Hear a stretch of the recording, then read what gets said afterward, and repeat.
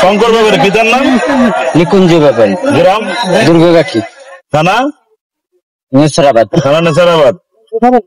কি তুমি এটা উঠছিল, কখন উঠছিল এটার উপরে? অনেক সময় আগে। কত সময় বলতে? সকালে?